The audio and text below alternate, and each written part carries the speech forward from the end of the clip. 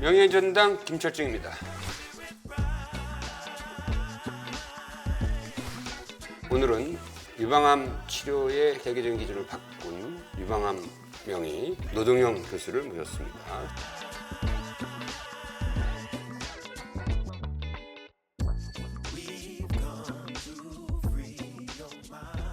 노동형 교수 모셨습니다. 안녕하세요. 안녕하세요. 네.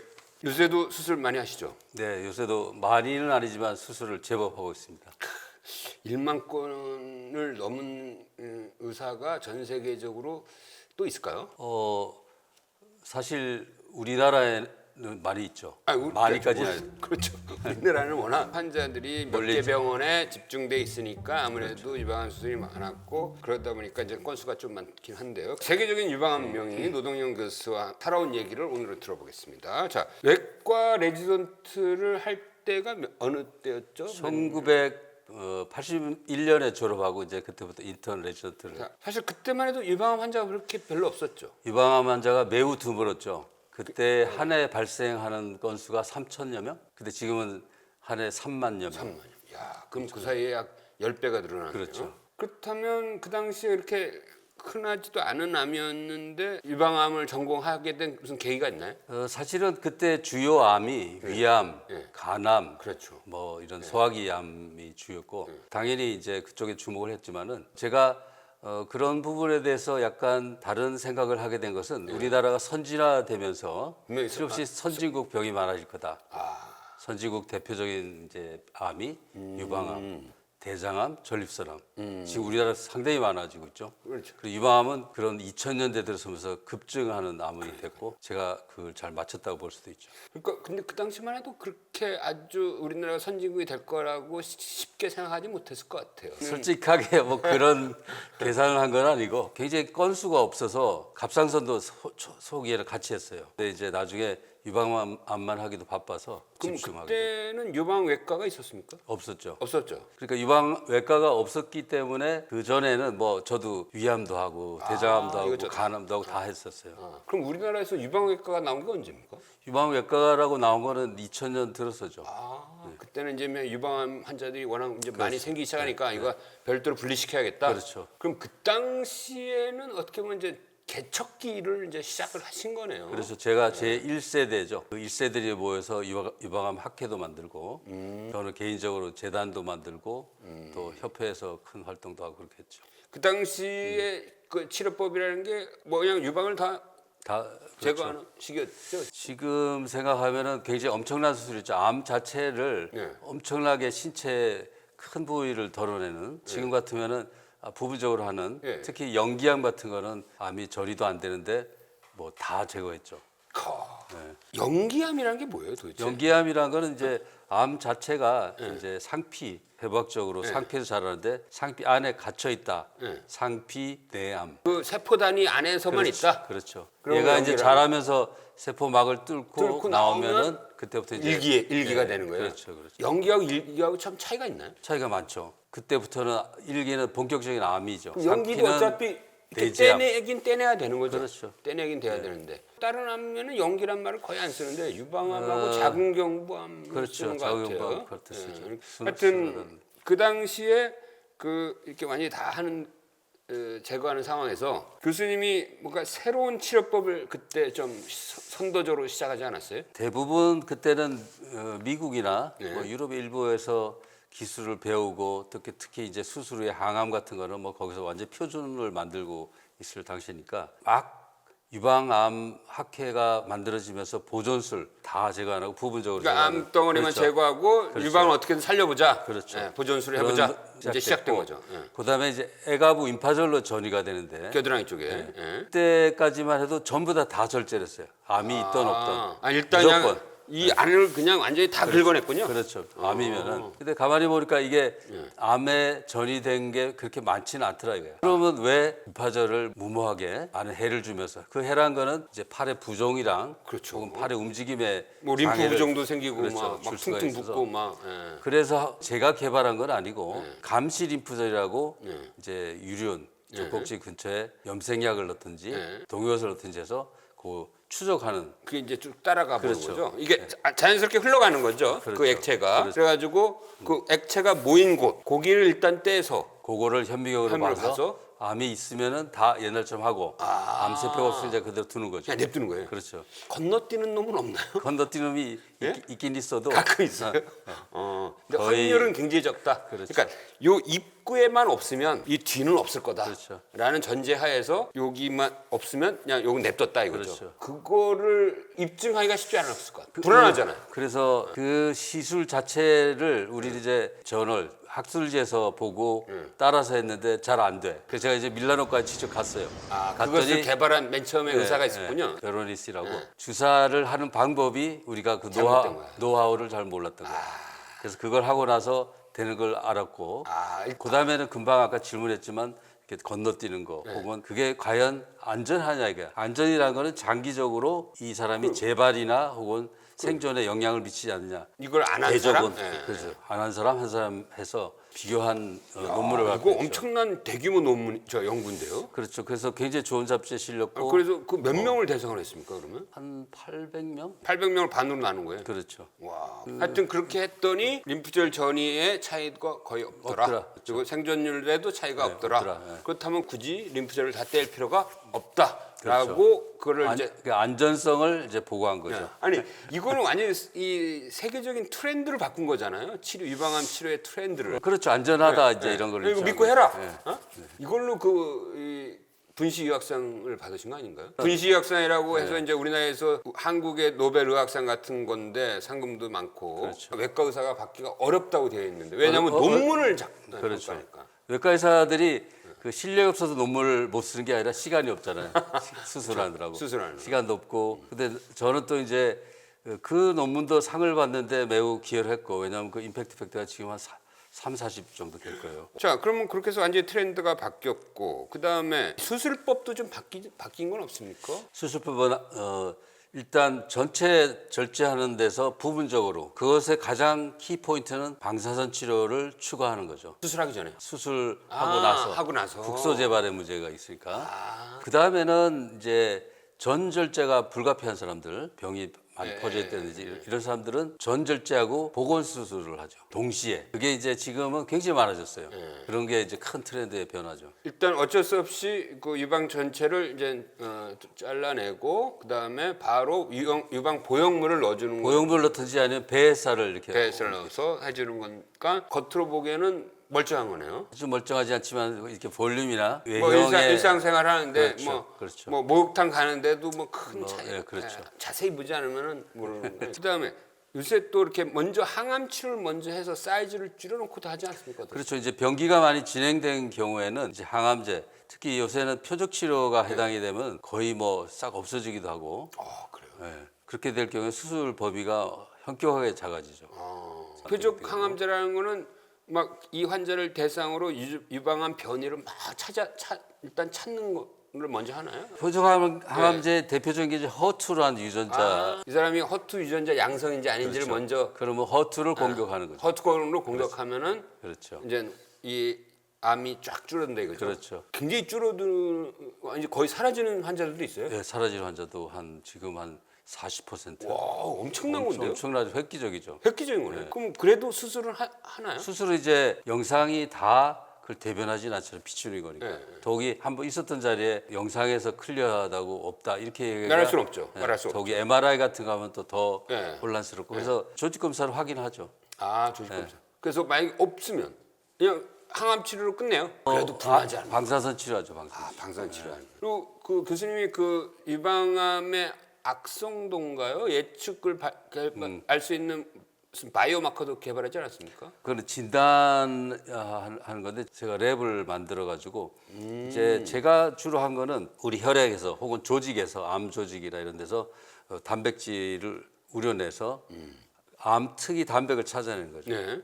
상품으로 나왔지만은 세 개의 특이 단백질을 정량을 해서 요게 암이다 혹은 정상이다를 하는데 한 정확도가 한 77%. 그러면 그게 피 검사를 할 수 있는 거예요. 그렇죠. 이제 우리가 영상에서 나타나는 놈을 암인지 아닌지를 이게 꼭 암인지 애매할 때 이 그렇죠. 검사에서 이게 딱 양성이면 그렇죠. 이건 암이다 생각하고 이제 접근을 하면 되는 거예요. 그렇죠. 또 어떤 경우에는 꼭 조직 검사를 해야 되느냐 안 해야 되느냐 그런 갈등이 있을 때 네. 보통 이제 그 카테고리 잘 아시겠지만 애매한 경우가 많잖아요. 그럴 경우에 굉장히 유용하게 쓸 수 있어요. 네. 지금 시중에 시판되고 있는 거. 시판되고 있죠. 그 많은 병원에서 지금 그 검사를 이미 시행하고 있는 거. 우리나라 제도상 식약처는 통과했지만 아직도 심평이나 이런 부분이 있어서 아직 신의료 기술 평가받고 있는 신의를 평가받고 있는 중이죠. 거. 우리 그 교수님은 그 전형적인 외과 의사인 줄 알았더니 그게 아니라 완전히 약간 연구 쪽에도 상당히 그 지나온 삶에다가 많이 투자를 하시는 거예요. 그렇죠. 600여 편의 논문 그러니까 그 SCI 예. 그 등재된 논문이죠. 자 이렇게 지금 많이 발달해서 맨 처음에 그 감시 인프절을 통해서 최소한 수술을 하게 되고 수술 범위를 줄여서 나중에 방사선 치료하기도 하고 항암제 써서 확 줄여놓고 수술하기도 하고 그래서 뭔가 계속 발달해 왔는데 그럼에도 불구하고 아직도 잘 하기 힘든 암은 또 뭔가요? 유방암에 국한하면 이제 소위 삼중 음성 그러니까 호르몬 수용체 아시잖아요. 호르몬 수용체가 없고 또 호르몬 유전자 3개가 없다고 삼중 음성 이게 약간 악명 같이 붙어져 있어요.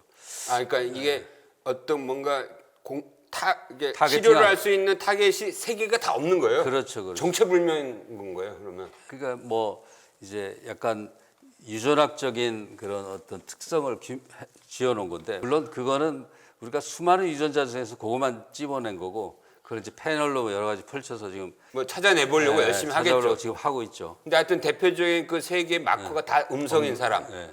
그런 사람들은 쓸 약이 별로 없군요.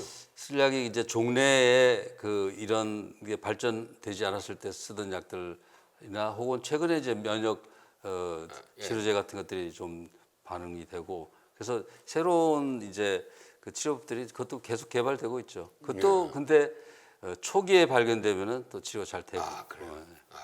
초기 진단하는 게 그렇죠. 굉장히 굉장히 중요하죠. 우리나라 그 엄마 환자들 중에 5월달에 유방암 진단 받았는데 아들이 고3이라서 수능 끝나고 수술 받으면 안 돼요? 뭐 이런 사람들 있다고 그런 경우 많이 경험했을 것 같아요. 많이 있어요. 예? 뭐 적극적으로 치료를 권하죠. 학생이 그럼 엄마가 나 때문에 치료를 늦게 받았다 하는 걸 나중에 알면은 죄책감을 가지고 살 텐데. 맞네요. 네, 뭐 그래서 거의 저는 설득이 되는 것 같아요. 그래요. 지금 1년에 3만 명이 생기고 있는데 앞으로 더 늘어날 거라고 예상이 되는데요.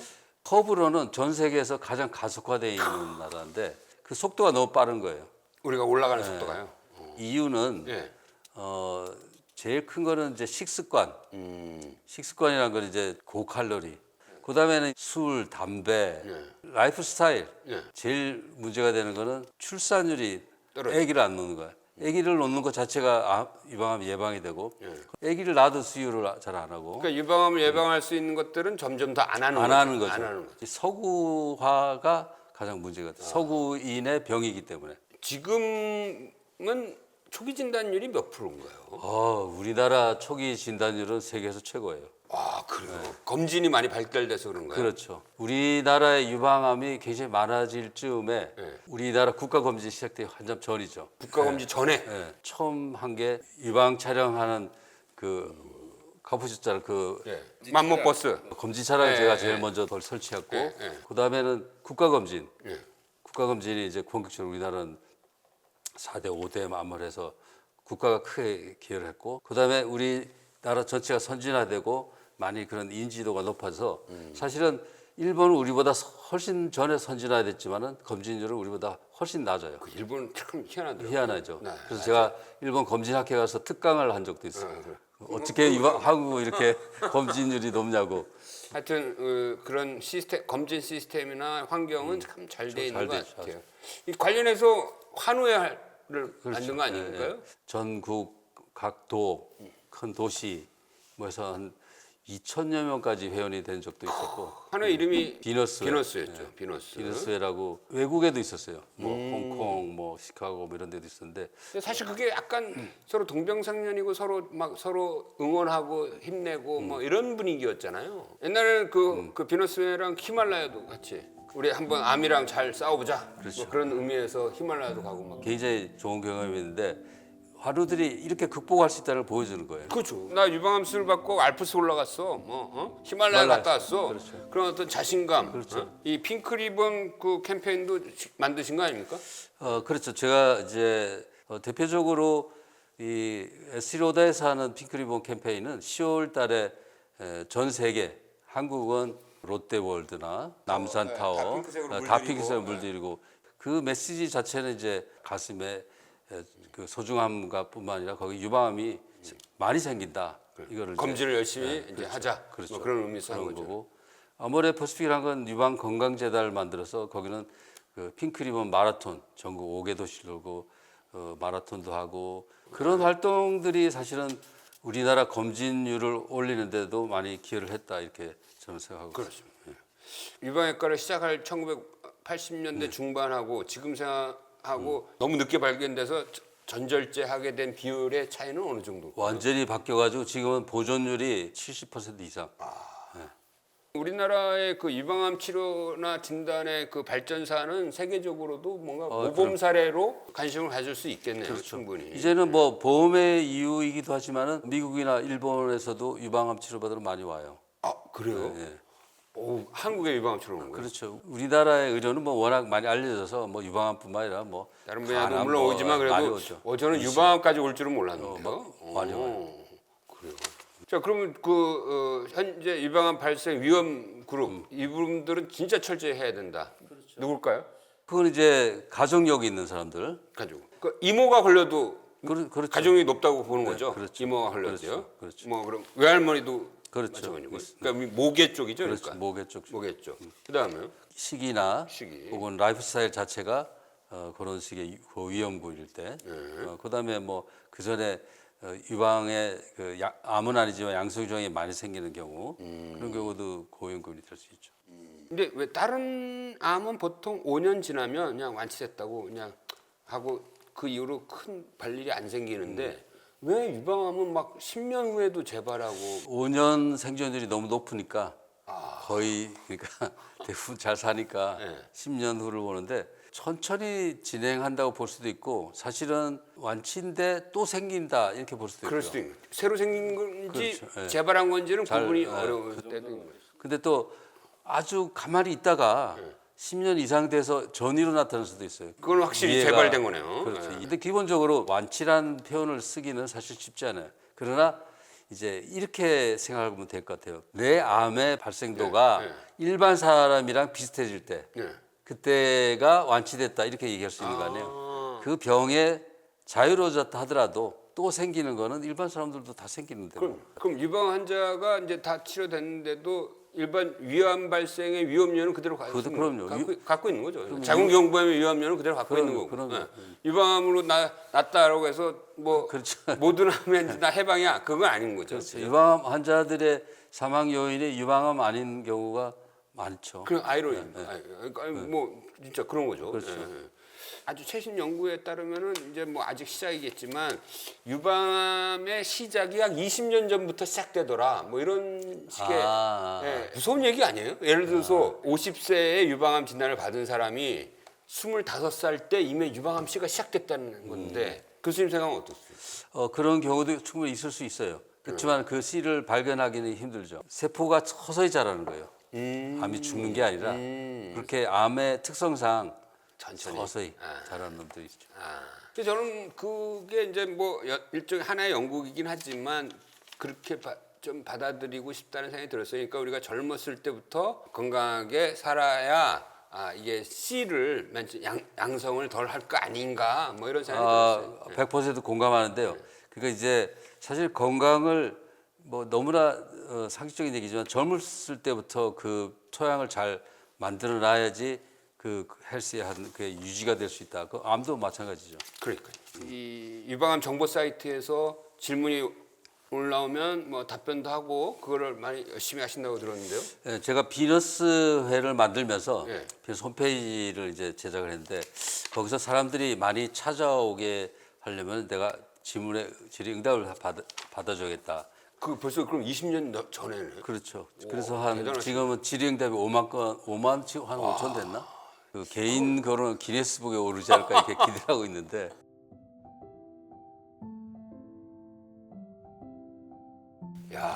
그래서 거의 모든 정보가 다 있어요. 그 요새도 오늘도 했죠. 네. 막 이렇게 매일 해요, 아침마다.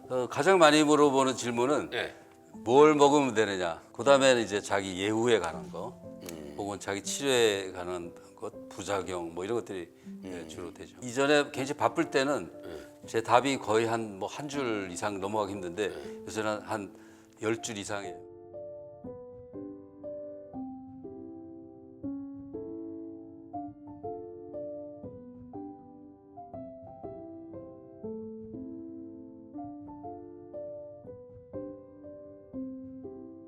친절해졌죠. 이제 정년 퇴임하고 이제 친절해졌어. 나를 찾는 사람이 많이 줄어드니까. 그래서 아주 성의껏 그 내 철학을 담아서 그 답을 해줘요. 그거 한번 모아서 기사 한번 써야겠는데. 예. 쓰세요. 재밌을 것 같아요. 예, 예. 이게 되게 지금 우리나라는 그 여성 암 환자의 평균 나이가 50세에서 55세 정도가 제일 많잖아요. 그렇죠. 예.